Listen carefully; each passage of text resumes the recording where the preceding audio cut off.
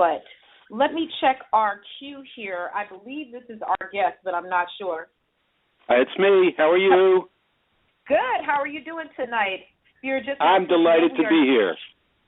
It is absolutely delighted to be with you.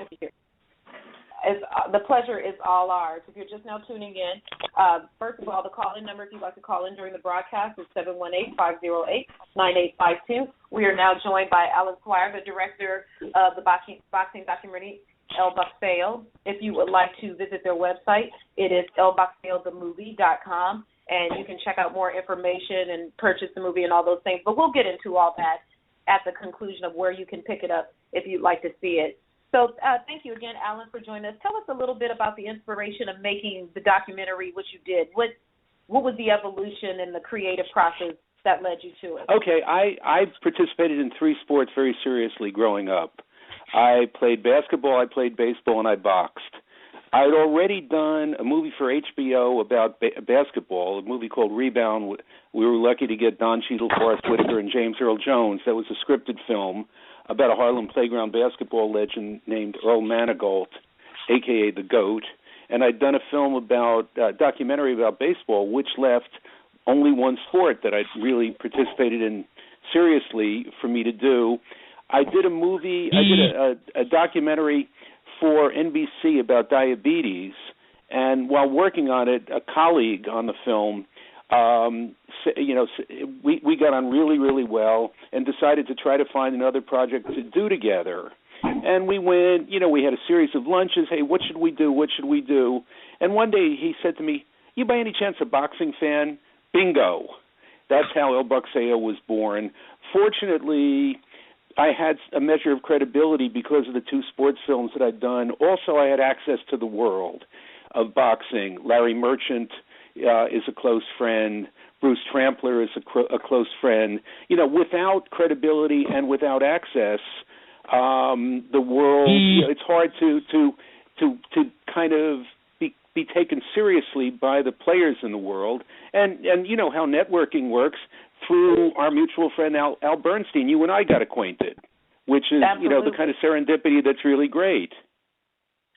And that it was just the right place at the right time. I found the documentary very interesting. I've actually watched it through a couple of times. I watched it when you first gave it to me, and then I watched it again today as we prepared for tonight's show. So there's a lot of questions I asked, and I know Ismael, who also watched it, has a ton of questions for you. So we're going to jump right into those. Fantastic. Let's do it.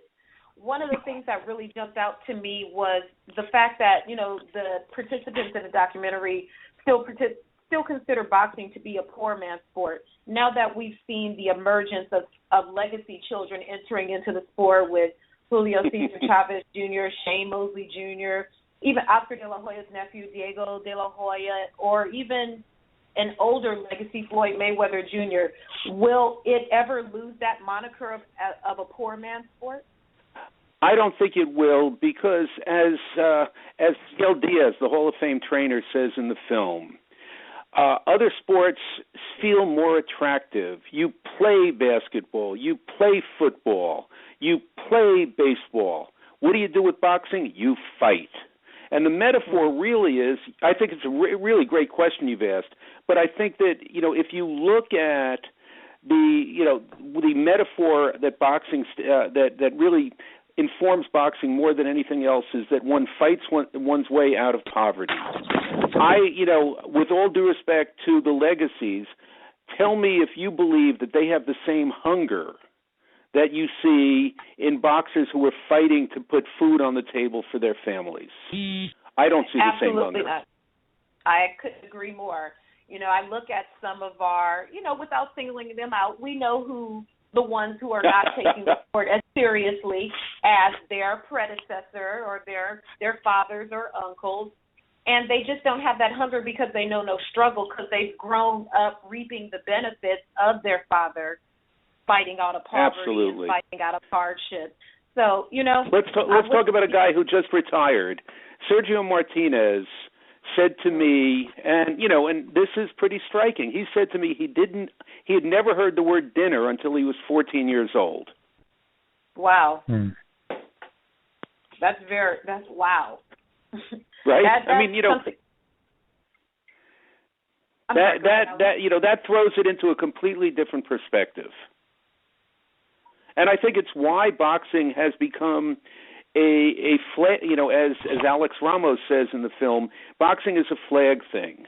It explains why the Mexican American community of Los Angeles never really embraced Oscar de la Hoya completely. Because if he was fighting and just his luck, he was fighting against Mexican nationals through much of his career, and they identified with them because they knew the struggles that they had. Here, somebody can be poor and have a color TV set. In other places, poor means not having food on the table and maybe not having hot and cold water. Different definition. That's a very interesting segue. I know Ismail and I were discussing Oscar de la Hoya before you joined. I believe you had a comment about that you mentioned to me. Yeah, hey Alan, how you doing? I wanted to ask you, as far as De La Hoya goes, we spent a lot of time focusing on him, his career, his evolution. He almost kind of set the superstar model that we've seen in recent decades. Do you feel his model has been more of a detriment to the sport or positive in the superstars we've seen after him, like Mayweather and Pacquiao? Well, that's a great question. I think, first of all, for the Latino community, Oscar was the crossover star and therefore is really, really important. I think, furthermore, Oscar had one of the great narratives, one of the great stories of all time, winning the gold medal for his mom, being bilingual. At a time when the heavyweight division was fading, Oscar was a really key component in carrying boxing. So let's give him his due in that sense. However, with Oscar, boxers started he particularly made so much money that what did he need to do? Fight once or twice a year. He was fighting really on Cinco de Mayo and Hispanic Heritage Month. And I don't this is my subjective take, but I don't think that's good for boxing. I think that when you walk out of a good movie, the first thing you say after, gee, that was great, was, what else is playing? But when, and the same thing is true if you had a great meal, oh boy, what else, where are we going to go next? When you see a great fight, you say, hey, what's coming up? But when you're the guy with whom you identify, your star is not fighting for another 6 months, guess what? That's not healthy for the sport. And remember, when you have a headliner fighting, that casts the spotlight on everybody on the undercard. So you kind of embrace another fighter. Hey, look at that guy. I want to see, wow, I bet he's going to move up. I can't wait until I see him again. And when your stars are not fighting much, what do you have? Also, to pursue what's happened, to me, my line about Floyd, and I don't know Floyd. I know his Uncle Roger, who's in the film and whom I like a lot. But Floyd Mayweather, to me, is the single most exciting boxer in the world until he steps foot in the ring. He's fighting exhibitions now. And, I think that the audience gets burned when you're paying a fortune for a pay-per-view that's not really a pay-per-view. That hurts the sport. Absolutely. Looking at some of these pay-per-views recently, well, let's look at the perfect segue into someone who has my interest right now, Leo Santa Cruz. And he was just recently on the Mayweather undercard. And looking back in the film where we talk about the Latino model of fighting, where you have the Cuban system with the more purist, more technical model, then you have the Mexican model, which is more of the come forward and the brawl. But now you're seeing a bit of a hybrid with people like Leo Santa Cruz or even Mikey Garcia or even Juan Manuel Marquez, who's on his way out. Do you think that shift will continue into a more technical model to prolong the longevity of their careers, or will they still fight in that stereotypical model? I think that you're going to get the stereotype. What you mentioned is the stereotypical Mexican fighter. You're going to get that from a Nacho Berenstein fighter for the most part. You're going to get the guy with the liver beating you with the liver shot. As Ruben Olivares likes to say, if you killed the body, the head will fall, and then the overhand right. People have access now to videotape. They can watch old fighters on YouTube. So clearly there's a difference. By the way, if I can step back for one moment to Oscar, there's something else that he did that was really crucial. Historically, L.A. was considered to be across the street from Japan. It was off the radar, unfortunately. It was like the jazz world. If you didn't fight in New York, if you didn't fight at Madison Square Garden, like if you didn't go to play saxophone in New York, you weren't the real thing. Oscar really legitimized L.A., even though L.A. had a magnificent history with the Olympic Auditorium and the Forum, and, it was the gateway for fighters from Mexico, plus there were scores of fighters who were developed here, and you had the Main Street Gym, you had a wonderful culture. But Oscar was the one, he was the right guy at the right moment when suddenly we had national TV, and the West Coast now clearly has superseded New York. Sorry, I'm from there, but, so I'm going to get grief from the guys I grew up with. But Southern California and Las Vegas are clearly the most important venues and are producing the best fighters of all right now. But the problem with it, go ahead.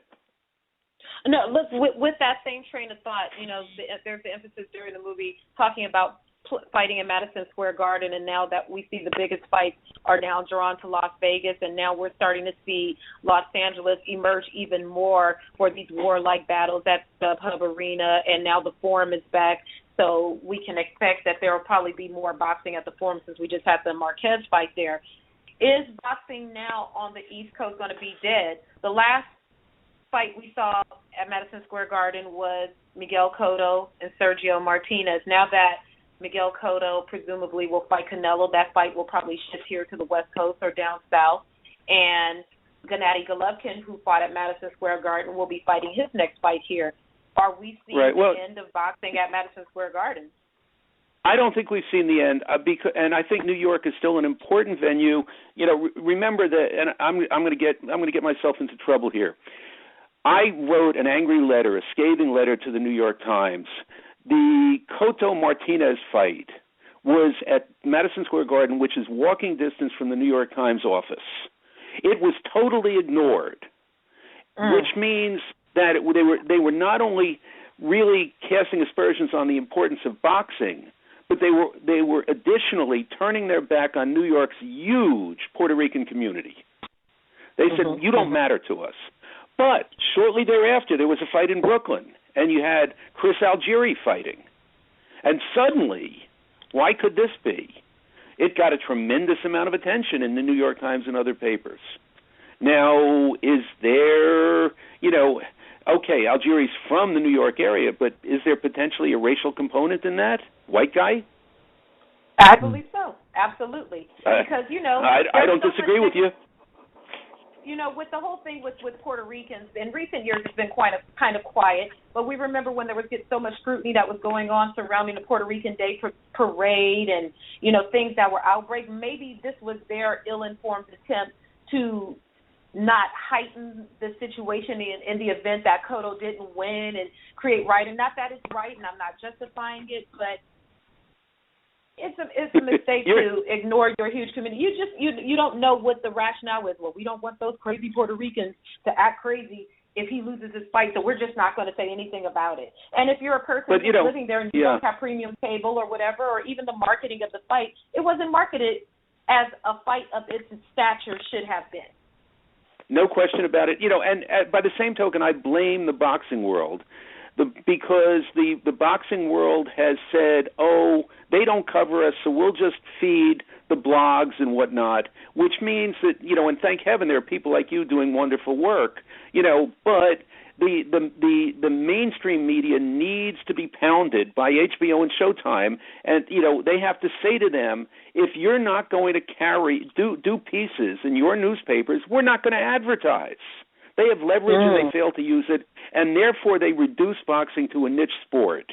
And boxing needs a lot right now. As is discussed in the film, wouldn't it be great if we had a charismatic, bilingual or American or alternatively bilingual heavyweight. If Chris Arreola had really come through, the world would have been great. But it needs other things too. Cotto is a terrific fighter who's had a wonderful career and now has been rejuvenated thanks to his hooking up with Freddie Roach. But Puerto Rico, which is much more affluent than it was in the past, needs another star or two. Who's the next Tito Trinidad? Who's the next Wilfredo Vasquez? Who's the next Benitez? Mexico. Look, Canelo is no longer the kid who just fell off the turnip truck. Mexico needs a couple of new heroes. America, Terrence Crawford, I think we're all hoping that he turns out to be the real thing, and then we've got to clone him and get 4 more Terrence Crawfords, including his cousin, who maybe is a heavyweight. Right. Well, it's so funny that you say that by feeding the blogs, it becomes a niche sport. But the problem with that is they feed the blogs to a certain extent, but when you get to these bigger fights or the fights that really matter, the blogs get treated like it's almost like a caste system. You get treated as a third-class citizen, and then you go to these big fights in the LA Times and the Sports Illustrated and the bigger box institutions send 15 of their guys to sit ringside, and they don't even write about boxing regularly or even weekly for that matter. Or even know much about it. It's no different than your neighbor who's having their fight party and orders wings. That's the same thing that these big publications do. They send all their guys because they want to party in Vegas, not because they have any real interest in the sport. Look, if the world were fairer, you'd be more important. Steve Kim would be more important. Everybody would be paying homage to Thomas Hauser all the time. There are really smart people doing wonderful work about boxing. They're just, but the sport, you're right, is not. Yeah, they love you. They love to give you handouts on a regular, on an everyday basis. But you're not invited to the Christmas party. Not at all. You can come to media day, but you're going to sit in the media room when it comes to fight night. You're right. You can valet the cars, but you can't come in for champagne. I'm so sorry, but you're there. You can sneak in with me. Yeah, come in through the back door. But getting back into some of the content of one of the other portions that really intrigued me was the boxing is a business, the round 6 section of the movie, where we talked about the big promoters. We talked about the Golden Boy and Top Rank, and because Steve Kim kind of summarized what those two institutions are set up as. Steve Kim likened Golden Boy to Oscar and his friends and some random people that he brought in to run the company, whereas Top Rank has people from top to bottom who are invested in the sport and have created part of the history of the sport. Now we look at the emergence of Iron Mike. Mike Tyson has a production company. Mayweather Promotions trying to do their thing. K2 has their stronghold that centers around the Klitschko's and Gennady Golovkin. But what about the other guys? Dan Goosen, unfortunately, has passed away now. Lou DiBella is still there. Are we ultimately going to see boxing is going to turn into a big bipartisan thing like politics where everybody else is shoved out and it's just Golden Boy and Top Rank? I fear that that's the case. I really fear that that's the case. I've got to tell you, I give huge props to Top Rank. I think, Aram is a miracle, a guy turning 83 who just opened up China. That's astonishing. I think that Bruce Trampler is the world's greatest matchmaker by far. And look at the people they have running it. Across the board, having Miguel Diaz there, they're really, really the best. King is the lion in winter. Goosen sadly passed away. In fact, his funeral is right now. May he rest in peace. DiBella got hot with Sergio Martinez. You're only as good as your, the book is out on what Heyman will be. Is Heyman going to be a manager? Is Heyman going to be a promoter? Is his deal with NBC going to work? Look, I'm in favor of anything that helps the sport. So, I'm rooting for Heyman, whom I've met a grand total of once, because which is more than most people have met him. Right. But it's really the Duva organization. Those are niche markets right now. Yeah, it's like for years. there was a guy, a Hollywood agent, I don't know if he's still around, who got his calls returned, a guy named Sandy Bressler, whose calls were returned because a client he took on when nobody else wanted him was loyal and stayed with him, a guy people have heard of named Jack Nicholson. You're only as big as your biggest fighter. And the problem with, look what Sergio Martinez took to fight against Chavez Jr. He had to take a pittance. Because, remember, it's all based upon the power of the power of the fighter and the promoter.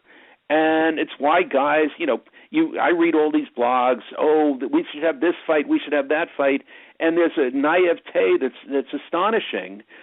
People who are saying that, that's like fantasy football or fantasy baseball. That's not how things work. It'd be great. Sure, let's love it. Maybe we can get Archie Moore's ghost to come back and fight. Ain't happening. The way things work is based upon, every fighter wants to be a pay-per-view fighter. Mikey Garcia, who's a really good fighter, coming from a great boxing family, he's now the people are whispering in his ear, you should hold out for this or that. He and Andre Ward, look, Dan Goossen was 3-0. He beat Andre Ward 3 times in court. Andre Ward should be in the ring. Mikey Garcia should be in the ring. And my fault, everybody has to remember that boxing is entertainment. Sergio Martinez could have danced away the 12th round against Chavez Jr. Instead, he went for the knockout and when you do that, you run the risk of being knocked out, and he almost was, but it was great for the sport because everybody felt they got their money's worth, as opposed to a guy who does a Floyd, which I think Mikey sadly did in a recent fight, where you're ahead and you dance, you run for a round or two. That is not how you generate a fan base for yourself and become a pay-per-view fighter. Look, you can have a great fight without having great fighters. Nobody can tell me that Alvarado Rios 1 and 2 were not great fights. So what happened to Alvarado? What happened to Alvarado after that? The key to Alvarado's camp was Rudy Hernandez, who did a brilliant job in the second fight of masterminding a win. And then, here I go. I'm going to get myself in trouble again. The idiot camp didn't want to pay for Rudy for the next fight. So Mike Alvarado has no, he paid no attention to Rudy, only trained for 2 weeks and then didn't hire Rudy and got creamed by Provodnikov. And now the only thing he has going for him is a potential third fight with Rios, which will probably be like the fourth match between after what was an amazing trilogy between two fighters I think were great, Marquez Vasquez. Israel Vasquez and Rafael Marquez had 3 astonishing fights, and then one that was that should have been an old timers game. which isn't good for the sport, because if my wife had hit Israel's eye, it would have started bleeding. Right. After so many wars, the body can only take so much punishment. Go ahead, Ismail. I want to touch on a point you mentioned earlier about the need for a bilingual star. But we noticed with a lot of fighters like Felix Trinidad, mentioned Sergio Martinez, they never quite went that extra step to learn English. Do you think that was an actual move that they made to prevent what we saw with De La Hoya, where people didn't look at him as an authentic Mexican because of his background? Do you think they kind of resisted trying to learn English to hold on to their roots? I don't think so. I think in the case of, in both those cases, look, the Klitschko's learned English. I think that the thing about Oscar was really very much a case of, the problem of, that we talk about in the movie. What's a pocho? A term that you're not supposed to use. A pocho is, considered to be a kind of counterfeit Mexican. I think that exists there. Sergio, remember, Sergio came into prominence later in life. He was a late bloomer who divided his time, grew up in Argentina and then lived in Spain. He didn't have that much of an opportunity. It's a pity. I think that Sergio Martinez was a really charismatic fighter with a great style, and somebody I think women would have responded to, because he's a good-looking guy. But I think living in Spain and only training in Oxnard, what opportunity is there? And I don't think anybody in his camp said, "Don't you realize what kind of endorsements we can get you? Don't you realize, what the word crossover means?" I don't think that. I think it really exists only within the Mexican camp. Mexican Americans. That whole thing, and it's not true for everybody. As is mentioned in the film, nobody ever questioned Fernando Vargas being a real Mexican, even though he was from Oxnard, because Oscar was considered too pretty, too this, to that. The fact is, it's not Oscar's fault. He's a great-looking guy, and Oscar was a really talented fighter. Was he as good as he could have been? I don't think so. I think, he was steered away by Top Rank from, he fought everybody, but he fought some of these guys when they were already on the senior tour. You know what I mean? So if you look at the record, all the names are there, but the question is when. Whereas Fernando was impetuous and he fought guys too early. He was being promoted by an operation out of New Jersey that didn't really, that was 3,000 miles away. Good organization, but they didn't really get him, and they were letting this hothead dictate what should be done. I think that Aram feels that if Vargas had been with Top Rank, he would have been huge. But people are who they are, and but he was certainly colorful in the ring, and nobody ever questioned, his Mexican credibility. That's an interesting point. So now let's fast forward and then tie that into now Canelo Alvarez, who we know Oscar has a huge affection and attachment for. He is now over at HBO. We have seen the evolution of Canelo now into more of a sex symbol, I guess you say, more of a flashy guy. Although he is from Mexico, what would he be considered? Because he's not really a rugged and rough kind of guy. No, absolutely. Well, I'm going to pose two rhetorical questions. If Chavez Jr.'s name were Sanchez, who would he be? And if Canelo had black hair, who would he be? Two good fighters. Two worthy fighters, but not. I don't believe that they're headliners. Right. With different circumstances. Is that controversial enough? I agree. I agree with you totally. I absolutely agree with you. I look at Canelo, and now as he enters into this new deal, inevitably he's going to learn to start speaking more English. It's what it's going to be, because he can't be the poster child for HBO and not speak any English. So it'll be interesting to see. And he's living, star power. And he's living in La Jolla, so he's he doesn't have to. He's not in a world where English is inaccessible. He can listen to, English language radio, watch English language TV, and talk to people when he goes out for frozen yogurt. Mm-hmm. And and the real interesting part about it is I look at his fight, not so much the fight with Lara, because Lara just doesn't have a huge fan base. But when I look at the fight that he had, the pay-per-view against Angulo, it seemed like all the people there were there for Angulo. Nobody questioned Angulo's Mexicanness. even though Canelo is the guy. So, but remember Canelo before Mayweather, Canelo put 40,000 people in seats in Texas, which is pretty interesting. Right, he gets the butt in the seat, but that's that's in Texas where you can sell. Oh, absolutely. $27.50 and $39.99 as long as you're buying 3 to 6 Coronas. But in Las Vegas, I think a lot of those tickets for $10. Right, exactly.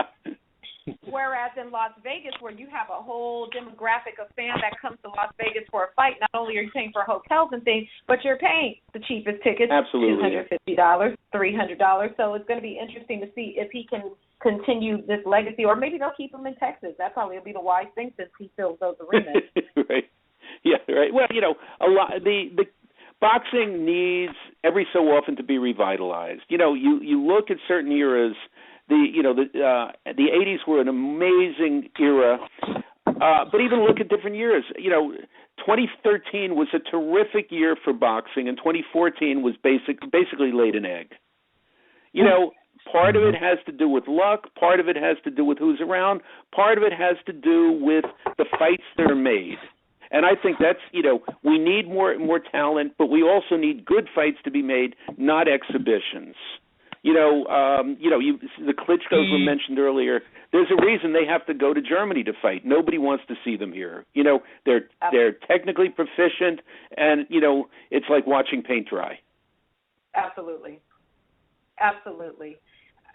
The guys here, they like to razz me. I have such high hopes for Mr. Povetkin, but they did not materialize since Klitschko spent the majority of the bout laying on his back. So, yeah, definitely do not want to see any Klitschko fights here. Go ahead, Ismail. I'm with you. One of the things that stood out to me on the one of the quotes that was mentioned is boxing needs idols, like you just said. So we know Mayweather's on his way out. We know Pacquiao's on his way out. Don't feel like you're too high on Canelo. So do you see any potential idols or superstars that are on the horizon as of yet? Well, I mentioned Terrence Crawford. I'm really hoping. There's a Mexican fighter named Ramirez who looks like he may have something. There's a kid whose name I'm blanking on out of Puerto Rico who I'm praying has something. But we need, absolutely. Thank you. We need to be revitalized. We need the gene pool to be replenished. Marquez is 40. Cotto is only 32, but it feels like he's 40. He's been around so long. But we also need to regenerate an audience.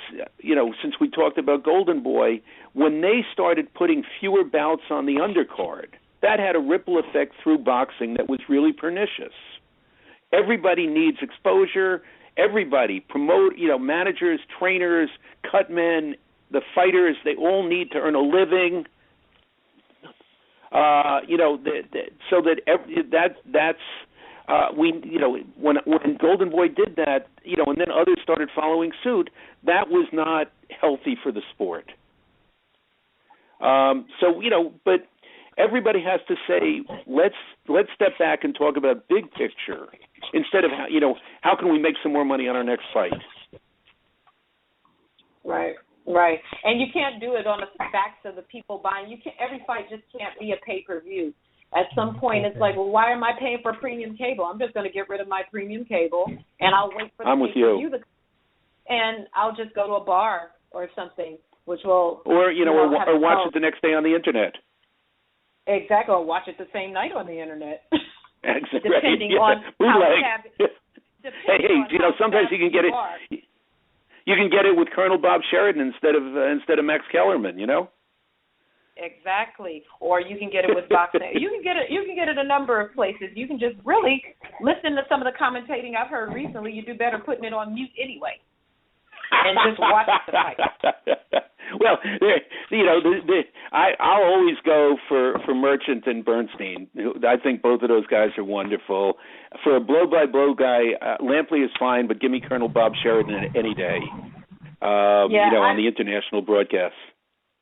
Sometimes Lampley and Max can get under my skin a little bit, and I have to mute them. But I enjoy Paulie. Paulie's pretty cool, and so we'll see. And of course, I enjoy Al.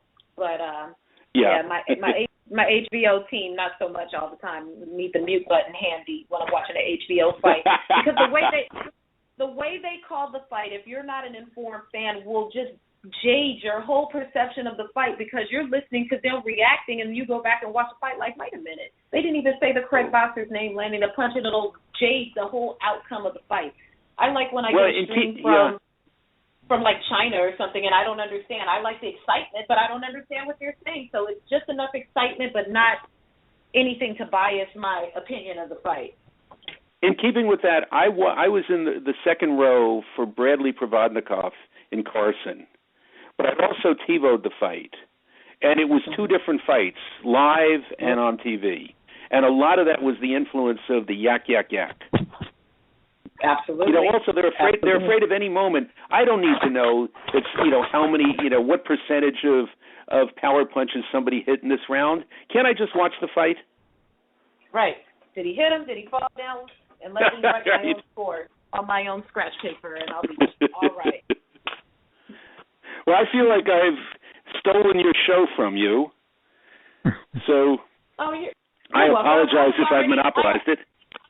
I already made you a cot in the corner. It's okay. You can move in. Okay. So for those who are listening, before we wrap it up, just let folks know where they can find, as I mentioned, El Boxeo, the movie, is the website, and any other information you'd like to share, your social media, or how fans can keep up with you, and any other movie information they'd like to know. Well, if people want to see the film with a bunch of the fighters and other folks who appear on screen, there's going to be a benefit screening for a Latino Scholarship Fund at Pepperdine on Wednesday, October 22nd at the Mayan Theater in downtown L.A., one of those beautiful old movie houses that's been refurbished. It's sponsored, as I said, by the Latino Scholarship Fund at Pepperdine, Telemundo, and La Opinion. And we're going to have some great people from the film present. So it's a way to see it with them, to get autographs. And Reyes is going to put a little 8x8 ring there. You can have your photos taken inside the ring, and it promises to be a lot of fun. Armando Muniz, Mia St. John, Ray Mancini. I'm hoping Ray Leonard. Great boxing writer named Rick Ferris. Dr. Robert Carnes from the WBC, the ring doctor, the Ruelas brothers. We're going to have some really interesting people there. So, if you want a kind of participatory experience, that's a great night. But if not, go to our website and watch the trailer, and that'll give you a taste. What date is this at the Pepperdine benefit? I want to come. Wednesday, October 22nd at the Mayan Theater in downtown L.A. All righty. I will put it on my calendar. I'll also check you out. Can fans buy tickets, or how can they participate in the experience? Because I can't imagine they could just show up. Yeah, they can't show up because it's going to sell out, but they can get it. All they have to do is contact Pepperdine. My bad. I should have had the info. Let me see if I have something right here. It's going to sell out, so showing up would be disappointing. Well, I'll definitely be publishing some information about the event on the site. So for those listening, if they want to get more information about the event, there'll be information up on badculture.net. And let me check it out. Maybe I might have something to give away to a lucky listener who is here in the Los Angeles area who would like to attend the event. So look for information on this benefit that's going to be taking place at the Mayan Theater on October 22nd. And we will see what we can do here for you at badculture.net. It's been an absolute pleasure. I appreciate you joining us, Alan. I enjoyed the documentary. Thank you for the opportunity. I'm a fan of the show, so it's really fun to be a part of it. And I look forward to seeing you soon. Yeah, I definitely will. All right, take care. Good speaking with you.